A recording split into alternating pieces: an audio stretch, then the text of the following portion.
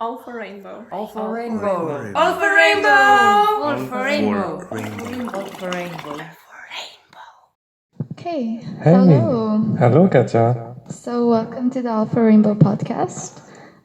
Today we are joining you. My name is Katja, and I have with me a special guest. Yeah, it is me, Rémi. I'm one of the volunteers at Ljubljana, and I'm from France. Amazing, and that's actually what the topic of this podcast will be about. So we're going to be asking Rémi about his experience as an LGBT person from France in Slovenia and how that has been. So my first question for you, Rémi, would be, considering that you've been here for 6 months now and that you work in an LGBT organization, how do you feel about the level of acceptance for queer people and queer topics here versus your home country? Well, yes, I've been here 6 months. I have been working as an activist in a queer organization, so I got the chance to meet a different kind of people and from different regions of Slovenia. I would start personally as a young gay man cisgender in Ljubljana. I feel quite accepted. I didn't feel lots of rejections. I'm talking from my point of view, of course. I would say that I kind of assess the level of acceptance through the people that I meet in Slovenia. So, for example, there is different people. For example, my roommate, who is quite young, who is 20, who we could expect to be kind of, I don't know, more welcoming of queer people. Well, he told me that he had never met any gay people before he met me, and I was the very first gay man he talked to. So he was quite, he didn't know what to say and anything. But then we kind of established a kind of nice relationship. And on the other, let's say, on the other spectrum of age, I met a guy who is like 70 years old. He sold me a bike. And then I told him that I was working with and for LGBT people. And he was like, oh, okay, nice. The first thing he told me, I was like, I'm not gay, okay, but but there is a few places for your kind of people in Ljubljana, it's nice. I was like, okay. For sure, yeah. So let's say that there is no, for my personal experience, there hasn't been any physical negative experience or reaction from people.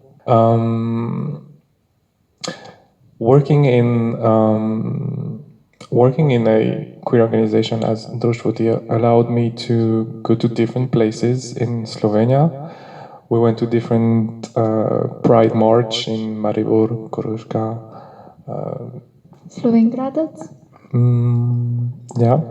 Yeah, definitely. And there, before marching, we were holding stands with lots of information about what we're doing in Ljubljana and what activism is. And there is, of course, people coming in and asking questions. And overall, the reactions of people were kind of just interesting. They had questions and everything, no physical or harmful reaction. Just sometimes the wrong words that were used towards the people we were working with, and so I think it's like in France, like some part of the community have it harder than other part of the community. Trans people in France are, let's say, are recognized with difficulty or with the wrong words. And I get the feeling that in Slovenia it's the same type of treatment that they have. That's my point of view about LGBT. Okay, that's really cool. Thank you for answering, and I'm very happy to hear that you haven't had really a lot of negative experiences here. So you would say that the level of acceptance that you feel is about the same here versus in France? Yeah, overall, I would say that I agree with this statement. But recently, I made a friend that is a bit older than me. He's 40 years old. He's from Maribor, and he told me that he just recently told his parents that he was gay and that he couldn't tell more people because his environment wouldn't allow him to be openly gay. So I guess this is the, I don't know, being 40 today is I don't know. He wasn't comfortable telling everyone that he was gay, even himself. Actually, he took him years and years to go to a point where he could allow himself to tell himself that he was gay. Yeah, it definitely must be more difficult for the older generations, as well as for people who grew up outside of Ljubljana, because in Ljubljana we do have the most like queer organizations, queer spaces, and kind of the most anonymity. When you're walking on the street, you don't have to worry as much about being recognized as queer by somebody that you know, because chances are that you won't know a lot of people. Yeah, definitely. Living in the bigger cities allow queer people to to feel anonymous, and also to meet your community. This is why when I was in France, I used to live in a small city, and then I moved to Lyon and then to Paris, and which allowed me to be more anonymous. So finally, to find myself, and then living in the bigger cities allows people to go to LGBT places and where you can find your people. So yeah, I'm lucky to be living in Ljubljana now. It's, I think, easier to be living in the capital city. For example, I recently went with you actually on a exhibition in the city center of Ljubljana that was made by queer people, and the art was definitely queer. And it's nice to see that this type of exhibition can happen in Ljubljana in 2021. It's, I think, a good sign. Yeah, I agree. And for everybody who doesn't know, maybe Remy is talking about the Naibu Queer, oziroma Let It Be Queer exhibition that's happening at the City Gallery, and I think will be happening until mid-November or start of November. Go see it. Okay, so you mentioned that living in a bigger city allows you to connect with your community more. And I was wondering, do you feel that the queer community is kind of a global community and therefore much the same regardless where you live? Or do you feel like that have you noticed any differences between the queer community in France versus the queer community here? And what do you think those differences are? Well, I feel that the queer community is very, very global.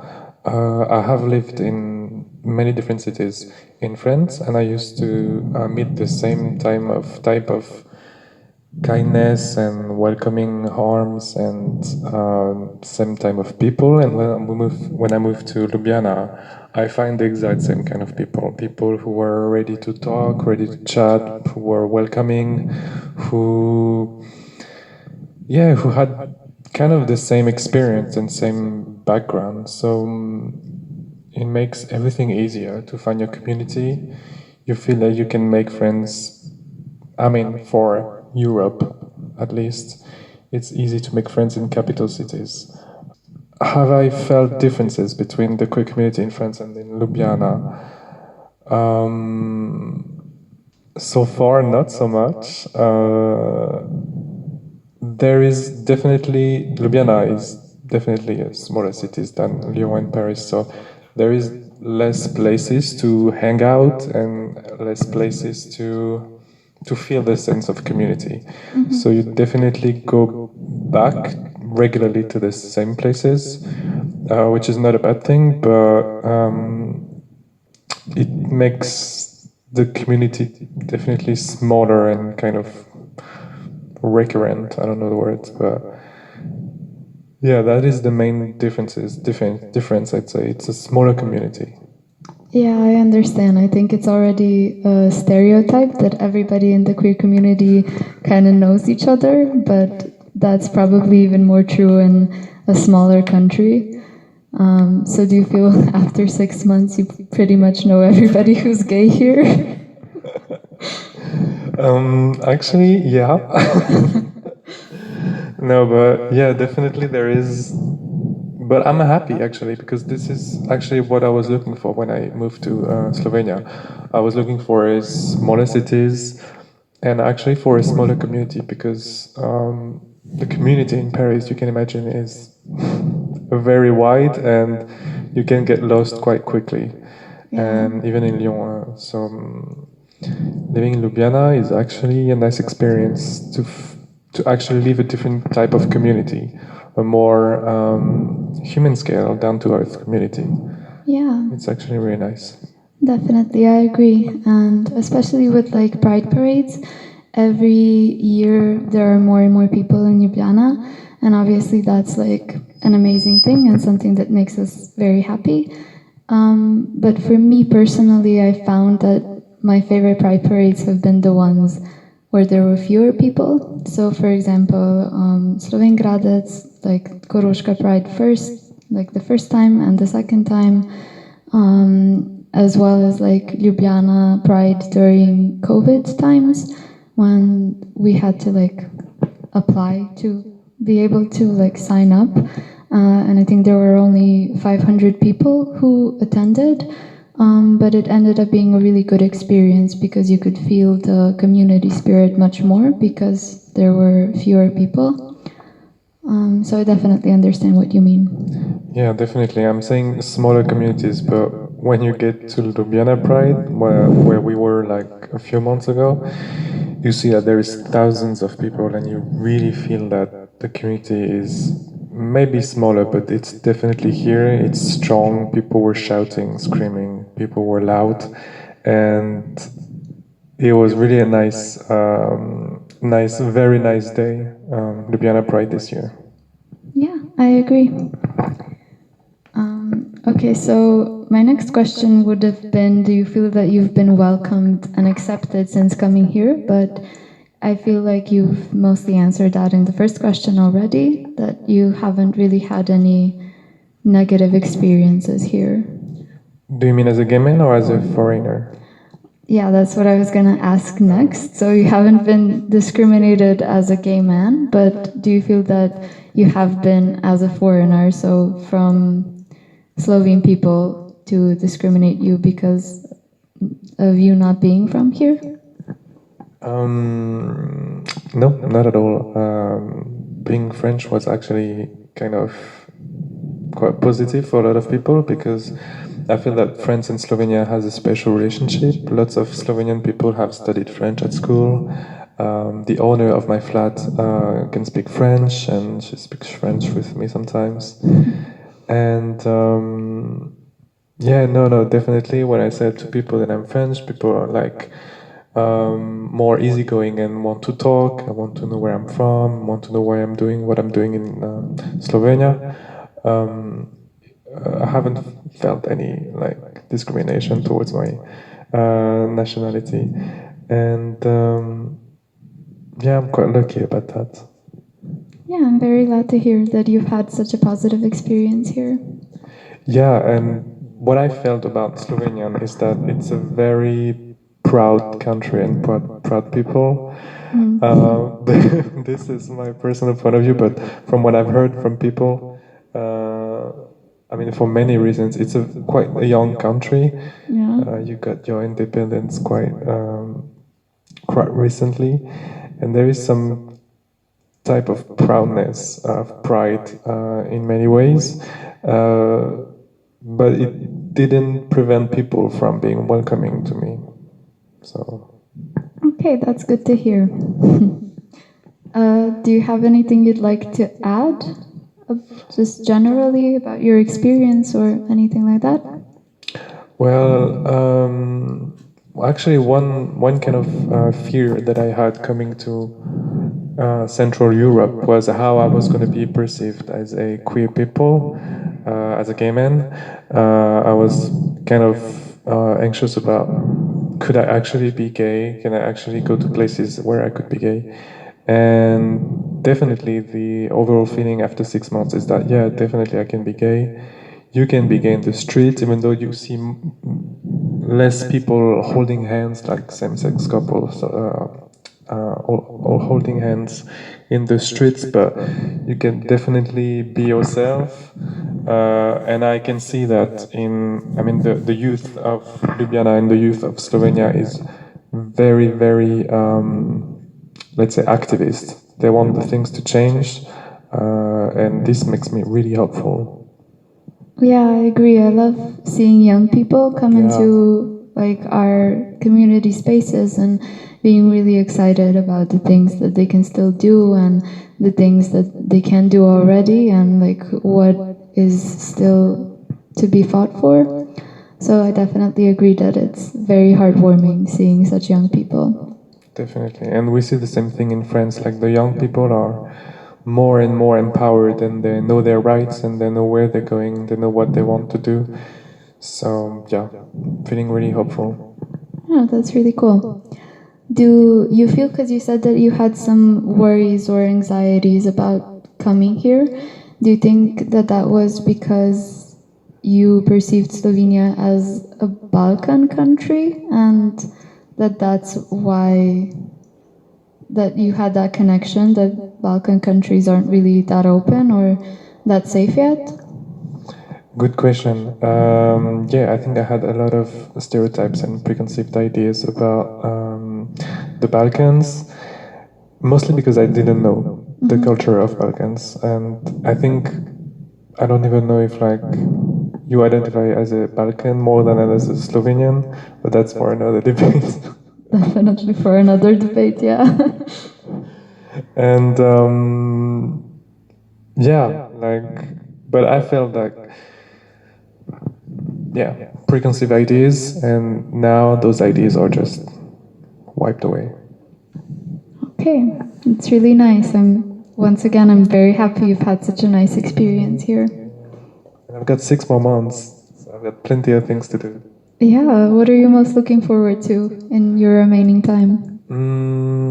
Actually, I would like to see more of the country. I haven't been to the coast yet, so I would like to go to Piran, Koper, and everything.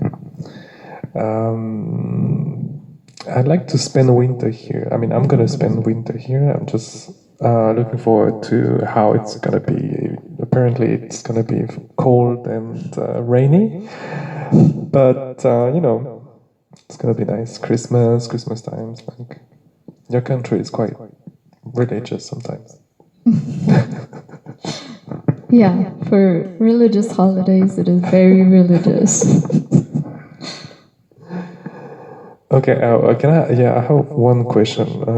You as a queer young person in Slovenia, how do you feel things are gonna evolve? Like, I know that there's been lots of referendum and bill law trying to get past parliament and everything to get same-sex marriage being recognized and legalized.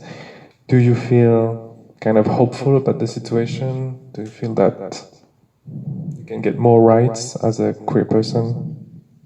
I think that's a difficult question because, on the one hand, like we discussed, there are loads of young people who are really involved and ready to fight and like just will not allow themselves to be forced into the closet or anywhere that they don't want to be. So in that regard, I am very hopeful. But on the other hand, I think we always just have to remain watchful, and especially considering like things that are happening in other countries, like Poland and Hungary. We just have to be aware that we're maybe not so far away from going down the same route as we would like to believe, especially under the current government. So, yeah, but what gives me hope is that we have so many people who are fighting and who are very persistent and are very capable of dusting themselves off and getting back on the horse whenever there is a drawback. Thank you. Yeah, thank you. So I think that was it for today's podcast. Thank you to everyone for listening, and we'll talk to you next time. Thank you. Bye. Bye. All for rainbow. All for rainbow. All for rainbow. All for rainbow. All for rainbow.